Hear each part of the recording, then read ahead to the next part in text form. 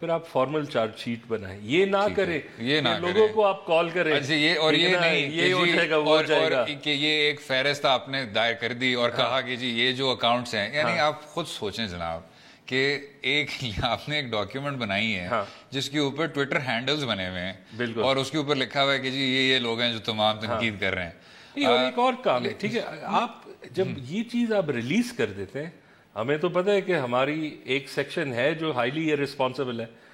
نیک نیتی کا کوئی فائدہ نہیں ہوتا. اگر آپ نیک نیتی میں ایک بے قصور آدمی کو مار دیں, ٹھیک ہے نا, وہ اسے بڑا گناہ ہو نہیں سکتا. جب یہ لسٹس اب آپ ریلیز کر رہے ہیں, آپ نے دیکھا ہے صرف 2-3 ماہ میں کتنے لوگوں کے ساتھ کیا کچھ نہیں ہوا, ٹھیک ہے نا, یہ بالکل غلط طریقہ ہے. اس سے اور ایک اور چیز میں آپ کو بتاؤں کہ اگر جن لوگوں کے بارے میں یہ نکل گیا ہے کہ ان تنقید کی ہے جو بھی کی ہے, یہ جو پورا پروسیس ہے نا, یہ صرف کنفرم کر رہا ہے جو انہوں نے کسی غلط طریقے سے وہی ساری بات آ گئی فصیح بھائی کہ وہ جو بلاگر تھے چاہے آپ کچھ بھی کہیں وہ نیشنل سپاٹ لائٹ میں نہیں تھے, پوری قوم ان کے نام نہیں جانتی تھی. آپ نے راتوں رات اس کو ایک ایسا کاز بنا دیا کہ وہ تو بالکل ہی کاؤنٹر پروڈکٹیو تھا.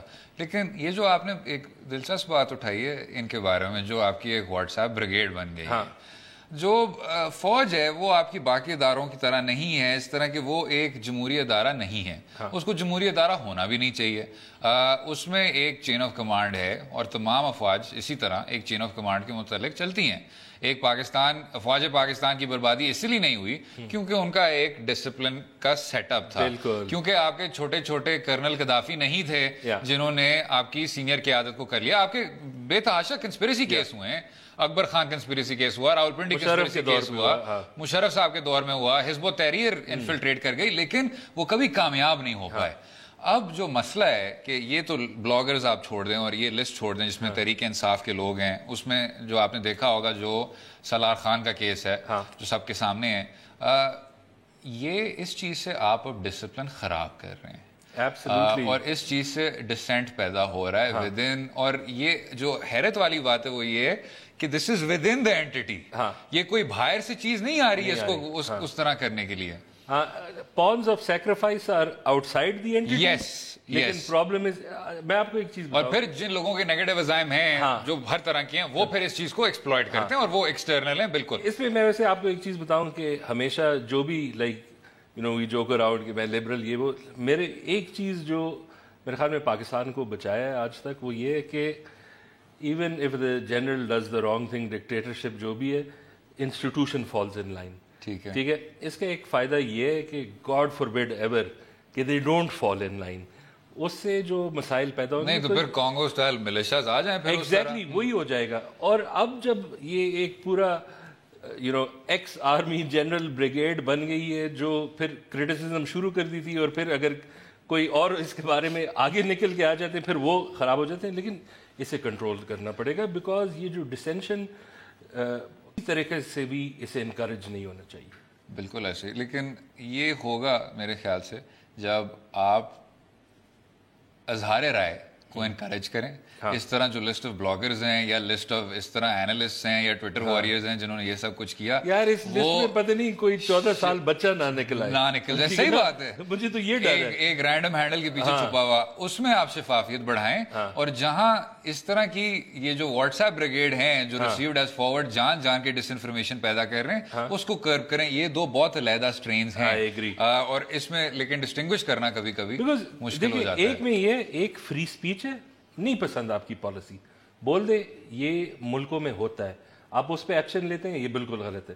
دوسرا جہاں ملیشیس ڈس انفارمیشن اس پہ ایکشن لیں. اور خیر جہاں ڈس انفارمیشن وہاں شفافیت کی بھی بات کریں گے. اور اگلے حصے میں بات کریں گے D H A land scandal کی, جس نے آج تک اس طرح کی پبلک اسکروٹنی نہیں دیکھی اور میڈیا میں وہ اس طرح روشن نہیں ہو پایا. ایسا کیوں ہے, رہیے گا ہمارے ساتھ.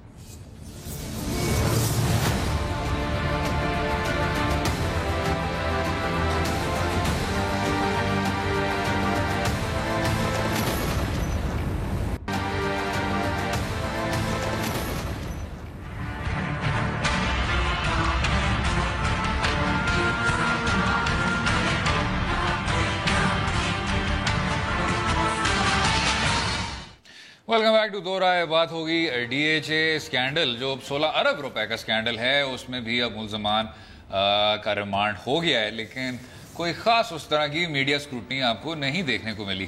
اور حالانکہ ابھی, اور آپ کے اپنے بھی چینل ہیں اس میں, کہ جی اہم خبر, تازی خبر, اور اس میں یہ ہوتا ہے کہ جی ایک جو بلی ہوتی ہے یا کتا ہوتا ہے وہ پیراگلائڈنگ کر رہے ہوتے ہیں یا واٹر سرفنگ کر رہے ہوتے ہیں. آپ یقین جانیں, یہ میں نے پرسوں ایک نیوز بلیٹن میں دیکھا تھا کہ وہ اس طرح واٹر سرف کر رہے تھے. اس خبر پہ میں تو بہت خوش ہوتا ہوں. میں تو کہتا ہوں کاش پوری بلیٹن یہی ہوتی. لیکن اس سے ہوتا یہ ہے فصیح بھائی کہ حالانکہ خوش آپ ہوتے ہیں, میں بھی ہوتا ہوں, کہ کچھ پھر اہم خبریں رہ جاتی ہیں. ان میں سے یہ ایک آپ کا ڈی ایچ اے کا اسکینڈل ہے جو سب سے آگے ہے, جس کو اس طرح کی یہ چودھری نثار صاحب ٹھیک کر رہے ہیں, یہ جمہوریت کو بچا رہے ہیں. جی کس طرح جمہوریت کو بچا رہے ہیں؟ بس نہیں, اب انٹرسٹ دونوں سول مل سائڈ سے اب نہیں انٹرسٹ. اس میں پرابلم یہ ہے جی کہ ہے تو یہ وہی کیانی صاحب کہہ رہا کہ مسئلہ ہے. راحیل شریف صاحب نے ہی ٹوک اے اسٹرانگ اسٹینڈ آن دس, یہ نیب کو ریفر ہو گیا تھا. وہی ہے کہ آپ نے اسکیم اناؤنس کر دی, آپ نے پوری ایکوزیشنز نہیں کی ہوئی تھی, پیسے آپ نے لوگوں سے لے لیں, ٹھیک ہے. اس میں پھر ایک ایکسٹینشن ہے کہ یہ مسئلہ چل رہا تھا, پھر ایک ڈی ایچ اے ویلی کا بھی آ گیا.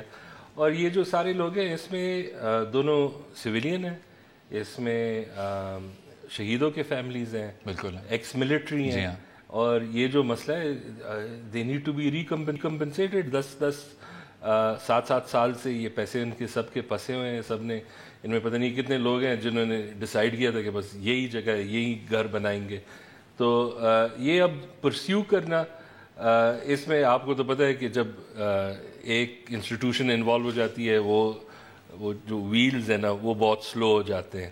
اور یہ پھر انہوں نے اٹھا دیا. مجھے سمجھ نہیں آ رہی کہ اس کی سپر کیا تھی, بیکاز اگر آپ کو یاد ہے اس سے پہلے بھی کچھ نہیں ہوا تھا. یہ تو خیر جب راحیل شریف نے گو ہیڈ دے دیا, میں وہی کہہ رہا ہوں, اسی ادارے کے سربراہ نے, راحیل شریف صاحب نے گرین لائٹ دی تھی کہ آپ اس کو کریں, پوری طور پہ کریں. لیکن پھر اداروں کو بھی چھوڑ کے پورا کا پورا سسٹم آپ کے سامنے کھڑا ہوتا ہے. آپ کو یاد ہوگا 90 کی دہائی میں کوآپریٹیوز اسکینڈل تھا, ہاؤسنگ کوآپریٹیوز کا اسکینڈل تھا, جس میں مسلم لیگ کے کافی مشہور زمانہ لیڈران بھی ملوث تھے.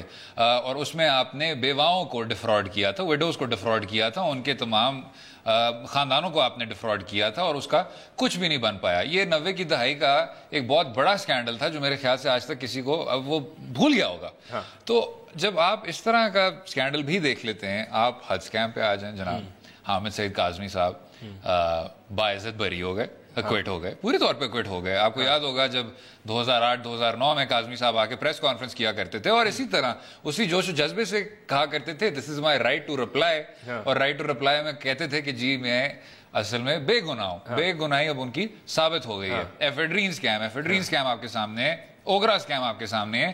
تو یہ ایک سسٹم کا مسئلہ ہے, اس میں استغاثہ کا ایشو ہے, اس میں فالو اپ کا ایشو ہے, اور اس میں جو آپ کے ادارے ہیں وہ تو جی پیناما کیس نے ثابت کر دیا تھا کہ میں ابھی کیا وہ ہے کہ آپ کو اگر یاد ہو, یہ جو ارلی 3 گریک فلاسفر تھے, پلیٹو, ایرسٹاٹل, ساکریٹیز, ان میں سے ایک میرے خیال میں ایرسٹاٹل کا تھا فلاسفر کنگ, جی ٹھیک ہے نا.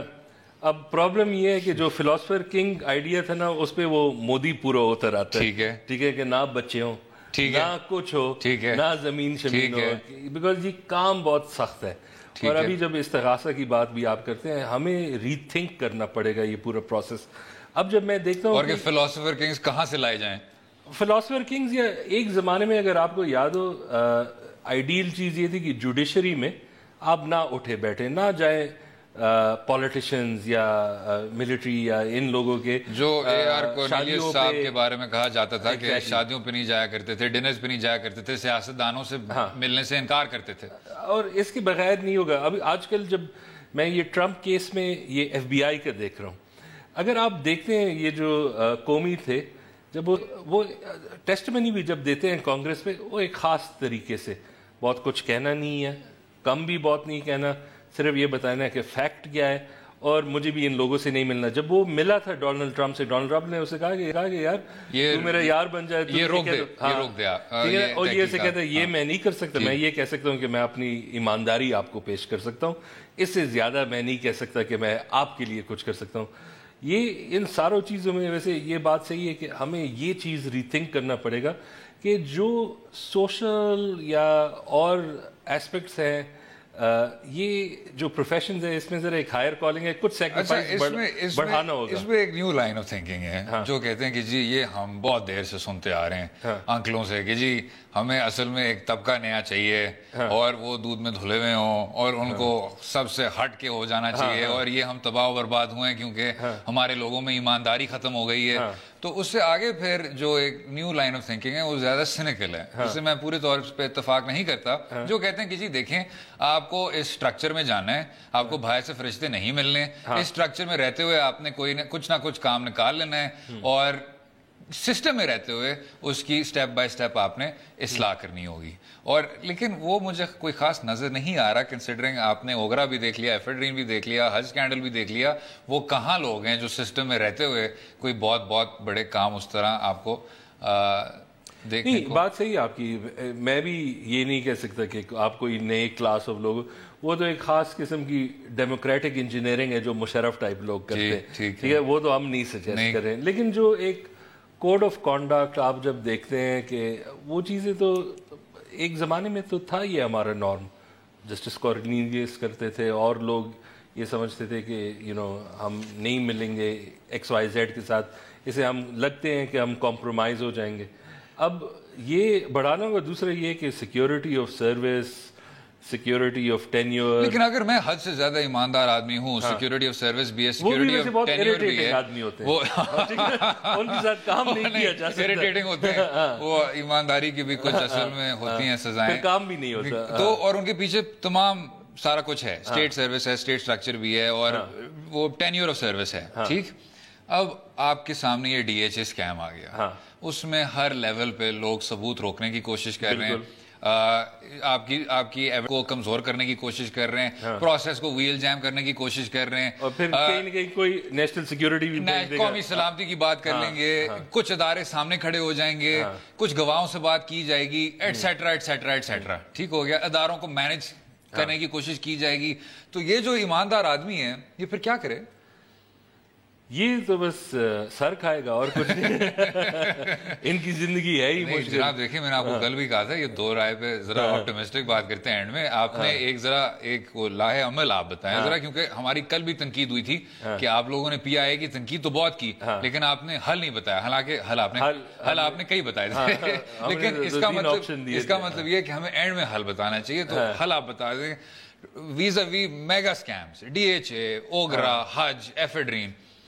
یار میگا اسکیم جو ہے نا, یہ میرے خیال میں سب سے مشکل چیز ہے سالو کرنے کے لیے. اس میں میگا انسٹیٹیوشنز بھی ہیں, ٹھیک ہے, یہ تو ایک آدمی جو ہے نا.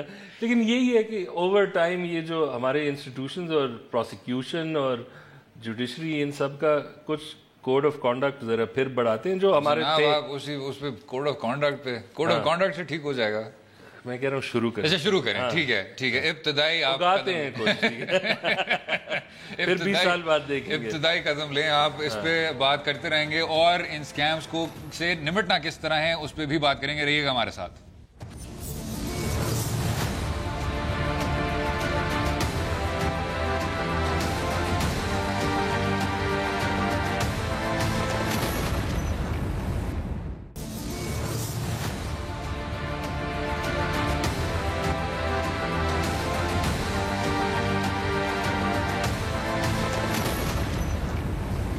ویلکم بیک ٹو دو رائے. امن, استحکام اور سیکیورٹی ہمارا ایجنڈا ہے. یہ بات ڈونلڈ ٹرمپ نے کی اپنے سعودی عرب تک دورے کے وقت, اور ساتھ میں ان کے بادشاہ سلمان بھی حاضر تھے. جناب جب وہ اس طرح کی بات کرتے ہیں اور وہ بھی سعودی عرب میں, تو اس کے کچھ امپلیکیشنز تو نہیں لیکن اس کی کچھ آئرنی ہے. جب آپ بات کرتے ہیں کہ جی امن کی, اور پھر یہ بات کرتے ہیں کہ ہم اپنے بچوں کو ایک باعزت مستقبل دینا چاہتے ہیں.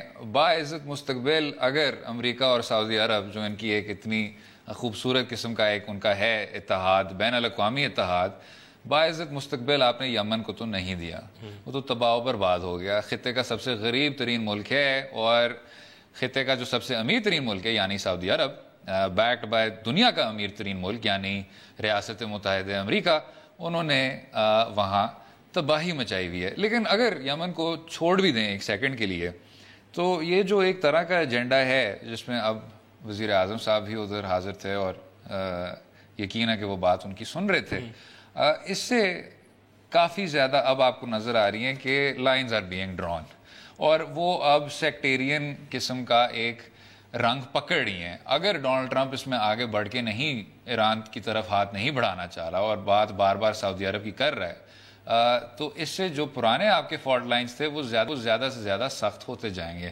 ایران, عراق اور شام کی طرف بھی جو ایک طرح کی ایک چھوٹی سی اتحاد بنتی جا رہی ہے وہ بھی سخت ہوگی. یہ دنیا کے لیے کوئی خاص اچھا کام نہیں دیکھنے کو مل رہا.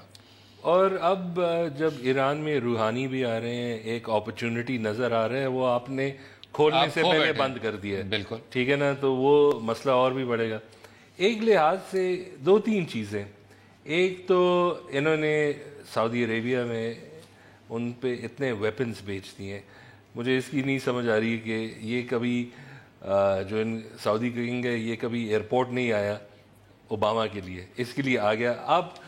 آپ اس پہ احسان کر رہے ہیں, اور پھر جب آپ کی یہ پوری جو ایک اینٹی مسلم پریزیڈنٹ اسینشلی ہے جنہوں نے آپ آنا اپنے ملک میں بند کر دیا, پھر ان کے جو فارن منسٹر ہیں انہوں نے کہہ دیا کہ ایوانکا بی بی آپ جو پہننا چاہیں پہنے, ٹھیک ہے, ہمارے پاس بربری کی دکان ہے, ہرمیز, میں آپ کو لے کے پیرس ہلٹن کی دکان ہے وہاں, پیرس ہلٹن کی دکان ہے, ٹھیک ہے. تو یہ جو ایک آپ کے پاس اگر ایک لحاظ سے ڈونلڈ ٹرمپ تو ڈیسپریٹ ہے, اس کی پریزیڈنسی 100 دنوں میں کرائسس فرام کرائسس.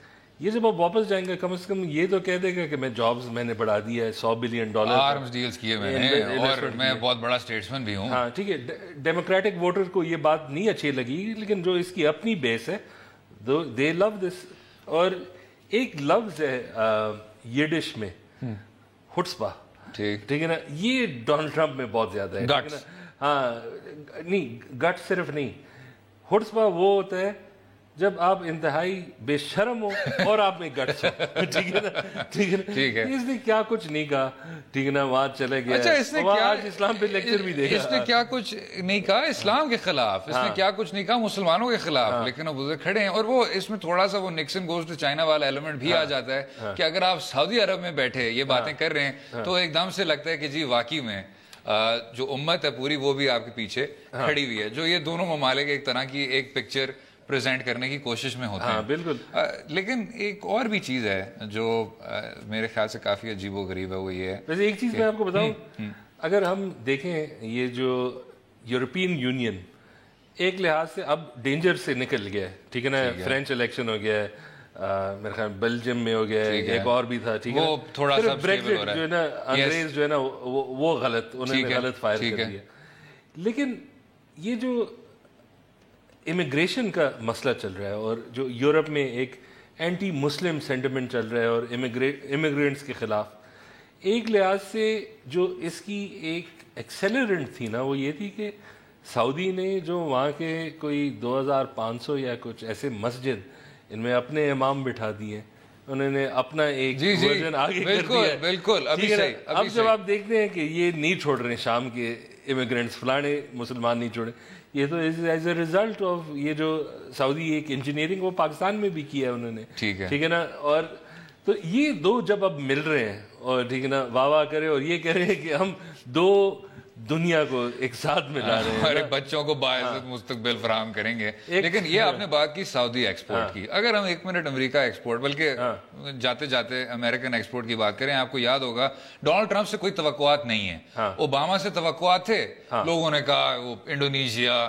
ہوائی, اتنا ڈائیورس آدمی, وہ پاکستان کراچی آ کے دال روٹی کھائی تھی, یہ بار بار ہمیں سننے کو ملا. بیسٹ فرینڈ اس کے پاکستانی تھے. تو جب ہمیں یہ بتایا گیا کہ براک اوباما مصر جا رہا تھا اور وہاں اس نے مسلمان ممالک سے خطاب کرنا تھا, لوگوں کے توقعات تھے کہ بش دور کے بعد ایک یہ نیا دن ہے.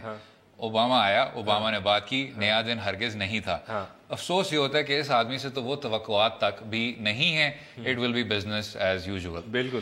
خیر, اگلے حصے میں بات کریں گے ایک اور یوزول بات کی, سوشل میڈیا جو اب سب پہ مسلط ہو گیا ہے, اس کا پتہ چلا کہ کچھ منفی اثرات ہیں. ہم اپنے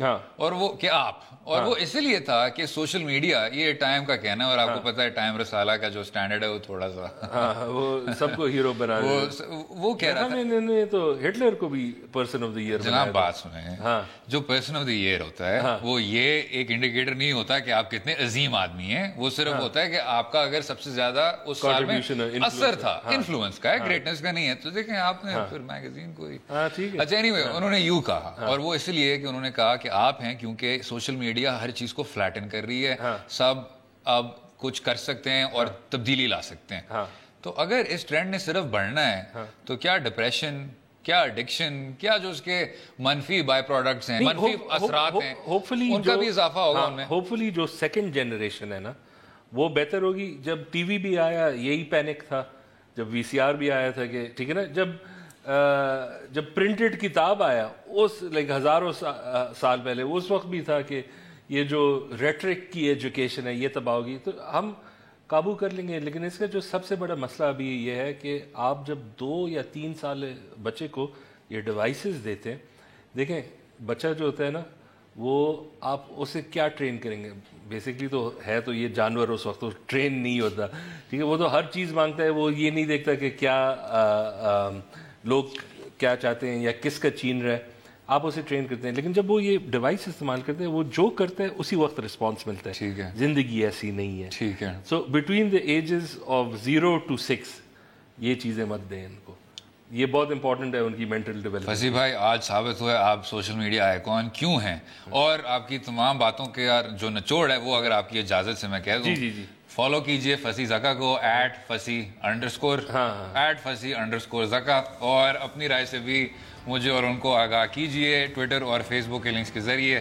اگلے ہفتے تک اجازت دیں, خدا حافظ.